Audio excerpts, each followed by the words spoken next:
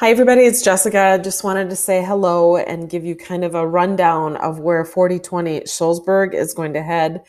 I have not quit thinking about it all. It's been really quite an overwhelming a couple of weeks, days. Has it been weeks yet? I don't even know. Since I last saw you, having a spouse in public school has added just this constant barrage of discussion in our house. And so I am looking forward to just seeing your faces sometime in a Google Hangout and talking to you. So I thought I'd run this through, and then that will spur questions for you. And just understand if your life has changed in some way that might make it hard for you to complete these things, I just need you to talk to me, okay? If you can. I worry like crazy about you guys right now, and definitely want communication if things in your life have changed. So here we go. Here's how things are kind of rolling out. We are about to enter spring break.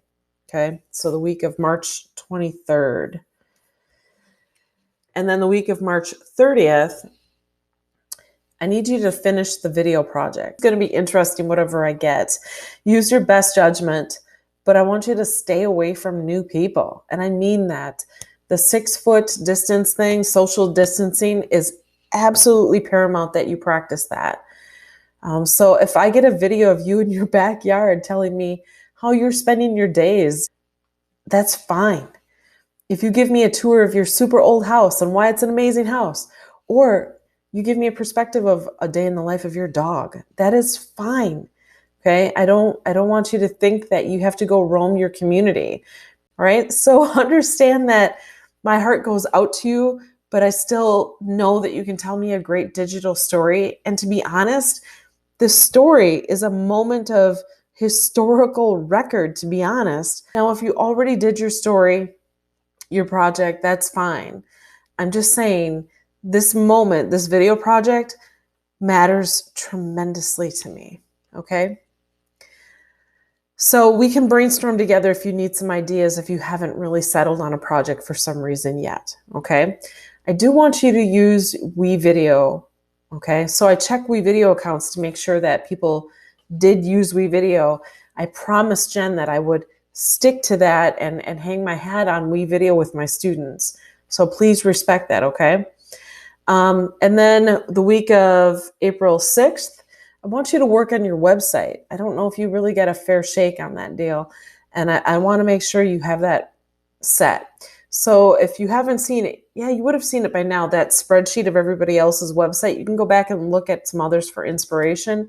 But your website should be a way to sell your skills to a potential employer, meaning giving them samples of the things that you can do is so important. So I think of like the gals who did all the seesaw work with Miss Camps.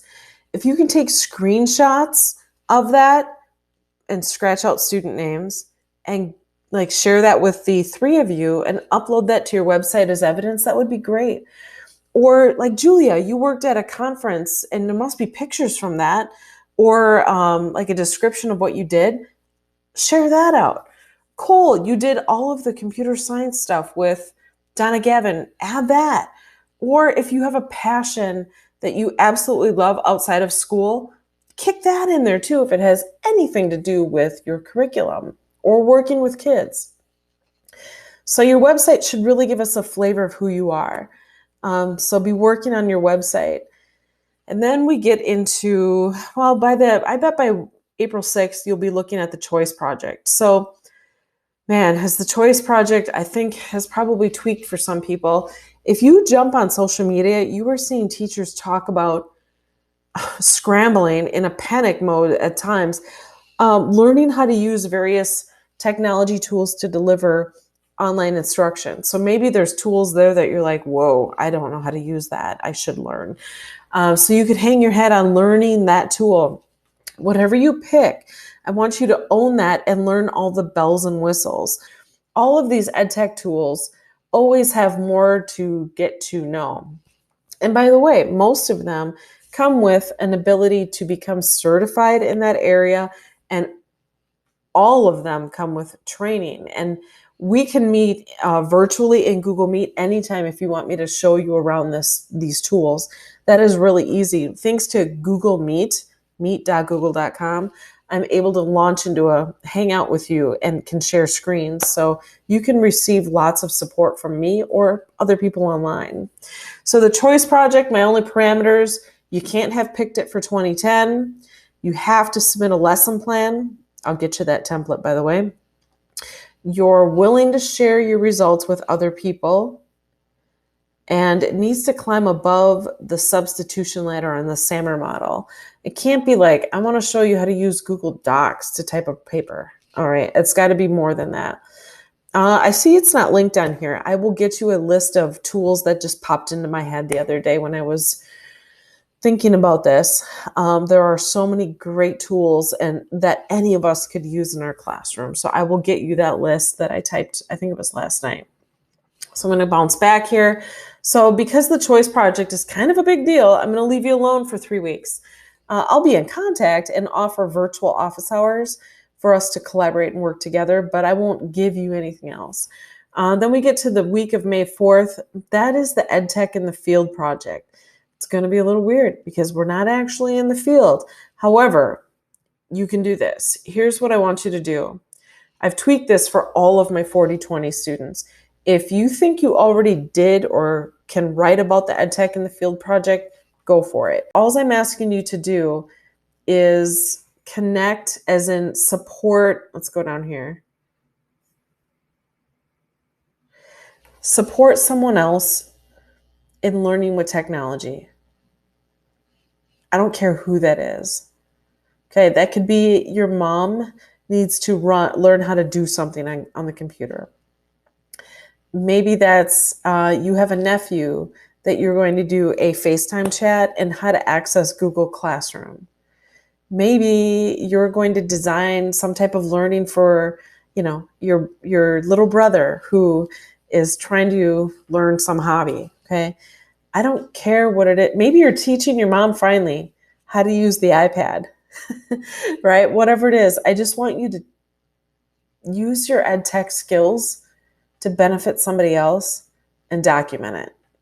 I know that's kind of a crazy thing, but there are so many people who need your passion for teaching, but your intuitive skills with technology.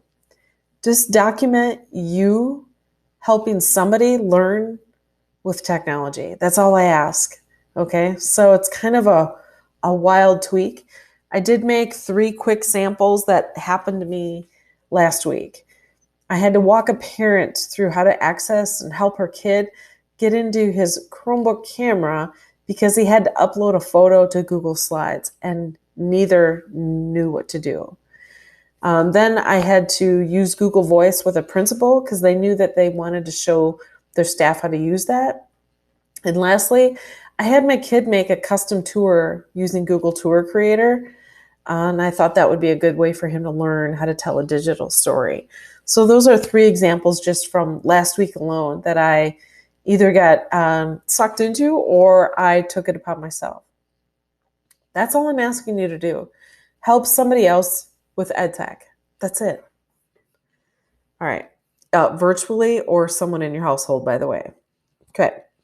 And then the last 2 weeks, the mini ed camp is going to take a weird form. I don't know what I'm going to do yet. And there is no final exam because you're working on completing your assessments.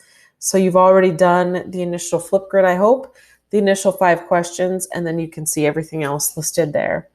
You guys, I'm going to be in contact and super available for you after spring break. Well, during spring break, I'm not going anywhere. Who am I kidding? So just know that I appreciate you. It's going to be fine. I've got your back. I really mean that.